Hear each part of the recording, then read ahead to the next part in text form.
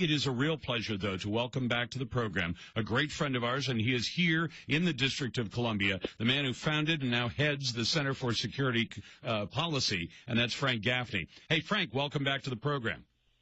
Thank you, Lars. Great to have twice in a week.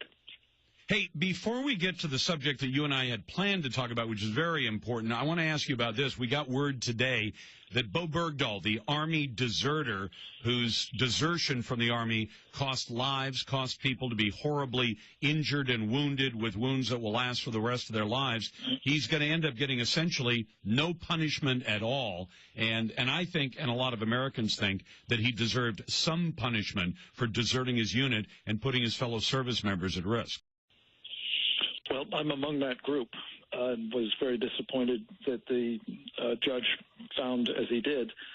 But you know what's really striking to me, Lars, about this is that in the wake of the guilty plea that Bergdahl submitted and an admission that he had, in fact, endangered needlessly the lives of servicemen, there's been scarcely any conversation at all about the fact that Barack Obama traded 5 top Taliban leaders, including military commanders, in exchange for this now confessed deserter. And we were told at the time that this transaction took place, in secrecy, mind you, that afterwards Susan Rice and others professed that this guy served honorably and everything was on the up and up. It was a bad deal then, and it is now a deplorable, I believe, act of malfeasance by Barack Obama that he gave up these top commanders and other leaders to the Taliban. Well, and let me ask you this, for anybody who might be frustrated and say, well, Donald Trump is now the commander-in-chief. Couldn't he have done something about this? At this point in the process, was it possible for the Trump administration to have achieved a different result in the military case against Bowe Bergdahl than the one that finally emerged today?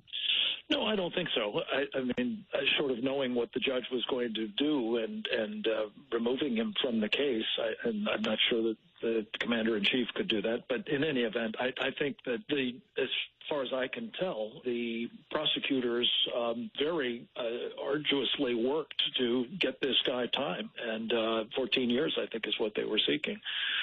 But I don't think you can put this at the feet of the president. I think this is just the luck of the draw, and the commander, the presiding judge, rather, was moved by, I guess, the horrors that this guy was subjected to once he put himself in the hands of the Taliban. Yeah, it's although, Frank, that reminds us of old jokes about somebody who's an orphan throwing himself on the mercy of the court when he's killed his parents and made himself an orphan. I don't have a lot of sympathy for that. Let's talk about this new threat that the Center for Security Policy has identified in a brand new report that you've got on your website, a security threat at Port Canaveral in Florida, and it has to do with a deal that has been cut that will last for a third of a century? Yeah, this is so hard to believe on so many different levels. Let me just give you the gist of it quickly, Lars. There's been a lot of talk, of course, in recent days about this Uranium One scandal involving Hillary Clinton and Bill Clinton and their team. The interagency organization that allowed that transfer of 20% of America's uranium reserves to the Russians was something called the Committee on Foreign Investment in the United States. It's designed to, ostensibly at least, protect the national security equities when people are trying to make deals, buy things in the United States and otherwise invest here. What this particular story involves is different. It's another case, but it's the same group better known as CFIUS, the Committee on Foreign Investment in the United States acronym.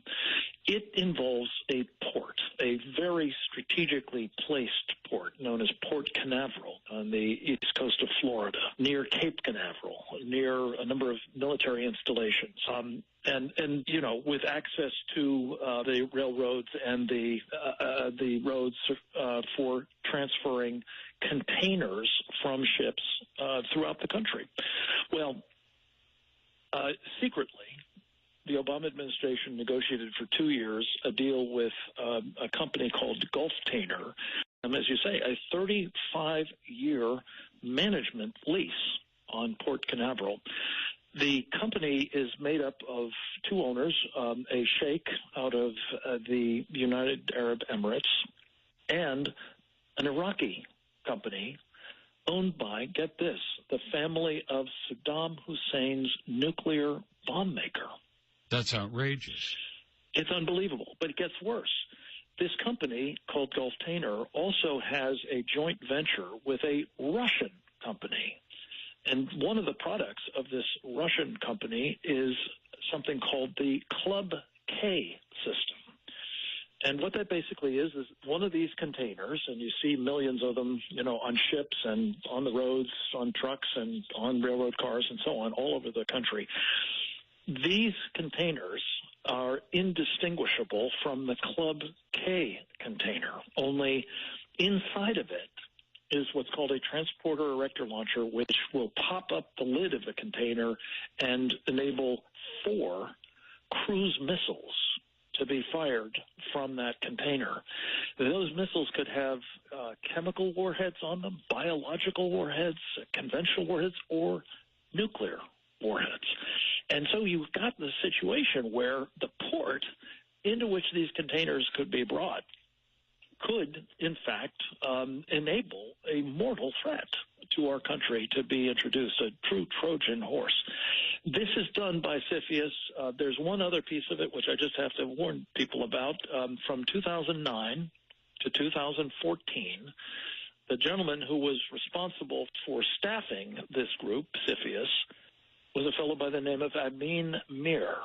Amin Mir has ties through his family to Kashmir, to the Pakistani intelligence service, and he himself was a youth leader for the largest Muslim Brotherhood Front organization in the United States, the Islamic Society of North America. You put all this together, and I think we have what this paper describes as a perfect storm, Lars, and people can read the paper at securefreedom.org. Hey, Frank, let me ask you this, because I'm not one of those people who says all work in the United States has to be done by American companies. In fact, I think competition is a good thing. It's been good in almost every field, electronics, automobiles, whatever.